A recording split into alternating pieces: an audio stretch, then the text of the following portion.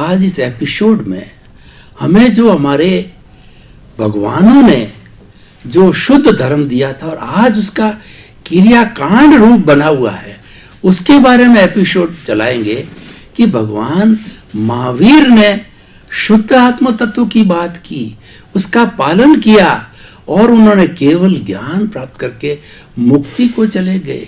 लेकिन भगवान के बाद क्या हुआ?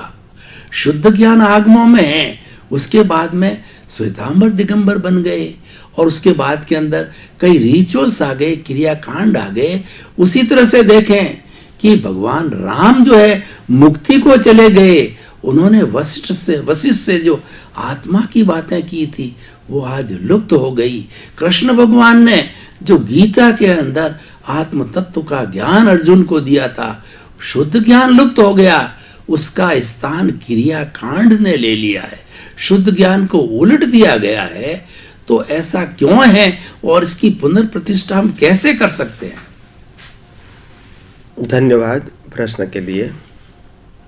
सबसे बड़ी बात यह है कि भारतवर्ष के इतिहास के अंदर जितने भी अनुभवी महान पुरुष हो गए हैं, इसको अगर उदाहरण के रूप में देखा जाए तो राम, कृष्ण, महावीर, ये तो 3 बड़े थे ही। उसके अलावा भी बहुत बड़े धर्मगुरु हो गए, अनुभवी ज्ञानी हो गए, जिन्होंने दुनिया का सनातन सत्य पाया था, अनुभव किया था और उसके समय भी उन्होंने लोगों को बांटने की कोशिश किया।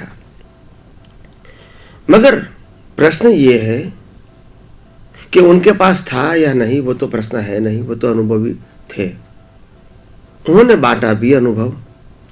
मगर उसकी परंपरा के अंदर जैसे जैसे परंपरा आगे बढ़ती रही, लोगों को तत्व में इंटरेस्ट कम होता रहा और क्रिया में इंटरेस्ट ज्यादा होता रहा। क्योंकि एक सिंपल बात है, जब तत्व की बात करेंगे तो साधन, संपत्ति, परिवार, मंदिर, संस्था, वैभव, प्रसंग, ये सब बीच में नहीं आएगा। और ये बीच में नहीं आएगा तो वर्तमान धर्मगुरु वैल्यू क्या रहेगी? क्या वो हर समय आत्मा में रहेंगे? क्या मंदिर नहीं बनाएंगे? क्या पैसा इकट्ठा नहीं करेंगे? संस्था नहीं बनाएंगे? शिष्य नहीं बनाएंगे? फॉलोअर्स नहीं बनाएंगे? बड़े बड़े फंक्शन नहीं करेंगे? नहीं करेंगे तो वैल्यू क्या रहेगी? न खुद की बाह्य प्रगति होगी और न ही संस्था, धर्म और संप्रदाय की प्रगति लोगों को दिखेगी। और दुनिया में समाज के लोग तो जो दिखता है वही मानते हैं, अंदर क्या अनुभव है वो तो कोई देखता नहीं है, मानता भी नहीं है। आपने किया, आप जानो, इससे हमको क्या फर्क होता है? यानी धीरे धीरे समय समय पे विज्ञान, अनुभव ज्ञान, सनातन सत्य, लॉ ऑफ नेचर, कुदरत का कानून, यूनिवर्सल ट्रूथ, साइंस, धीरे धीरे उसकी सोच समाज के अंदर धर्म गुरुओं के माध्यम से बदलती गई। शास्त्र एक प्रवचन करने का साधन हो गया। शास्त्र में जो लिखा है इसको मैं खुद आत्मसात करूं, वो साधन नहीं रहा।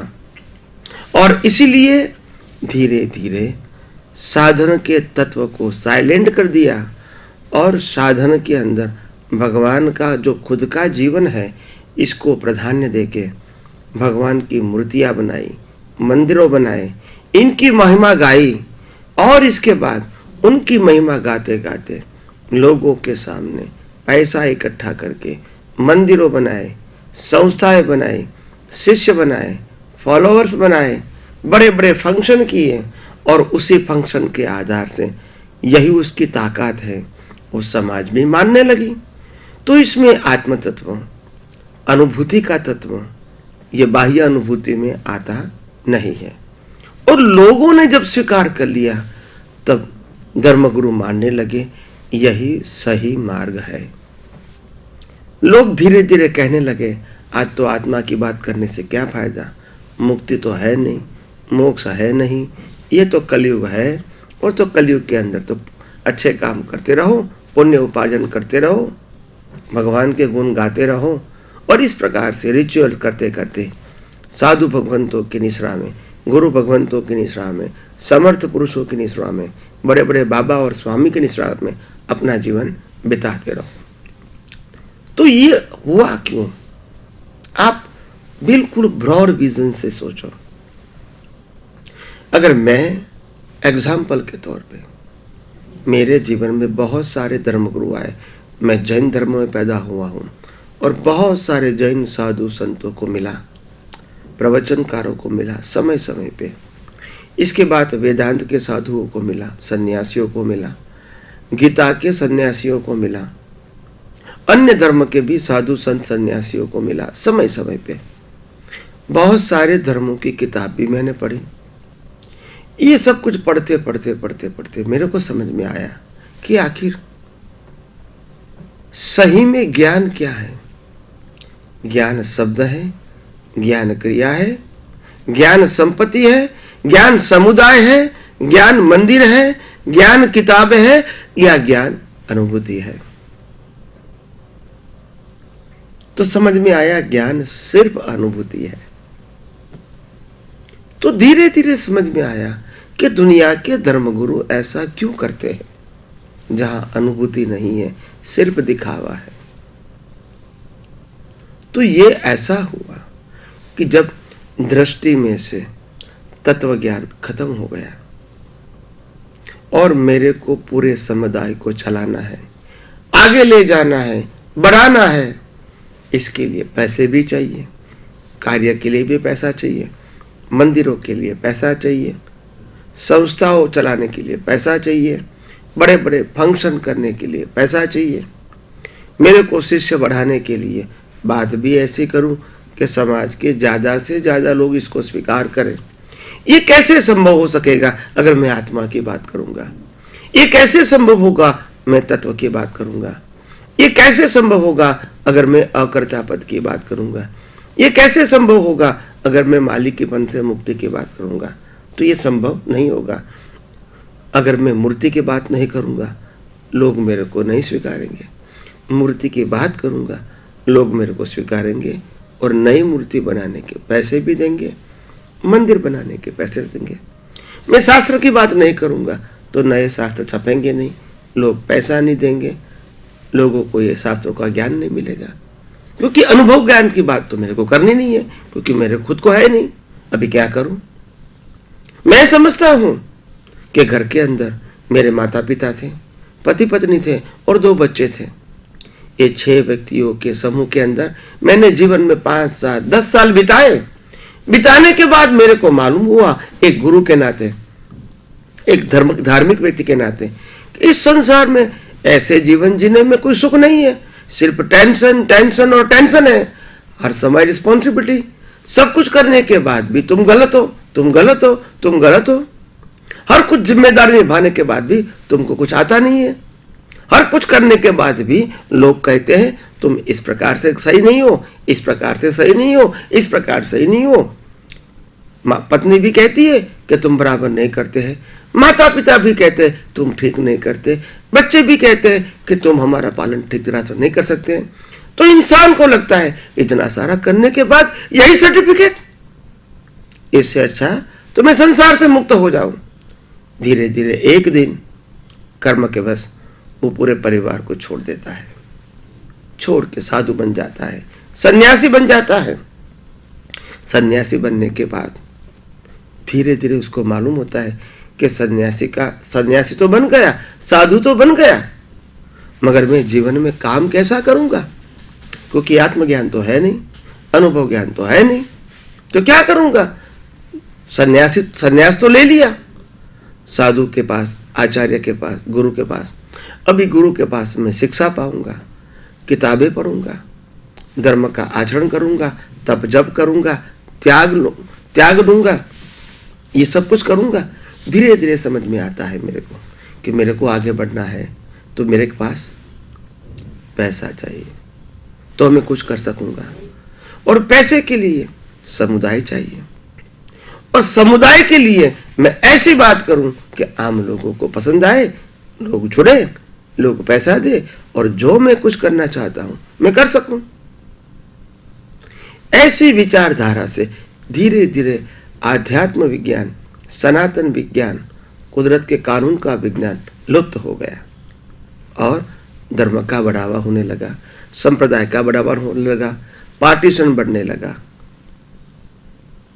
हर धर्म के अंदर लोग पैसा देने लगे और धर्मगुरु लोगों को धार्मिक कट्टरता बताने लगे कि हमारा धर्म ही सही है, हमारे धर्म को ही मानना है, यही भगवान ने कहा है, दूसरे गुरु के पास जाना तक नहीं है, दूसरे धर्म के पास जाना तक नहीं है, दूसरे संप्रदाय वालों के पास जाना तक नहीं है। अगर वहां गए तो मर गए, नरक में चले जाओगे, आपका जीवन बर्बाद हो जाएगा, आप नष्ट भ्रष्ट हो जाएंगे। ऐसी भय संज्ञा दिखा के आदमी को जेल के अंदर, बाउंड्री के अंदर, नीति नियमों के अंदर बांध दिया।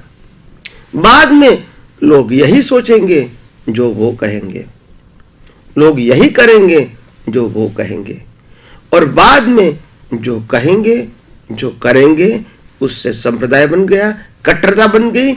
इससे कोई अलग बात करेंगे, अपोज होगा, विरोध होगा, संघर्ष होगा, और यही तो करना है, तभी तो गुरु की वैल्यू रहेगी। ऐसे करते करते धीरे धीरे आध्यात्म मार्ग थोड़ा बचा हुआ था वो भी नष्ट हो गया।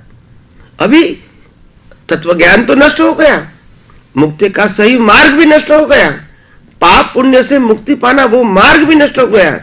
आत्मा शब्द, मुक्ति शब्द, सनातन शब्द, सनातन सुख की बात सब नष्ट हो गई। अभी क्या करने का है? अभी तो मैं धर्मगुरु हूं और मेरे को आगे बढ़ना है, तो क्या करूंगा? फिर मैं कहूंगा समय समय पे मैं अपने भगवान की भव्य मूर्ति बनाना चाहता हूं, क्योंकि हमारे राम, हमारे कृष्ण, हमारे शिव, हमारे महावीर बहुत महान है। लोगों के सामने उसकी वैल्यू बताई।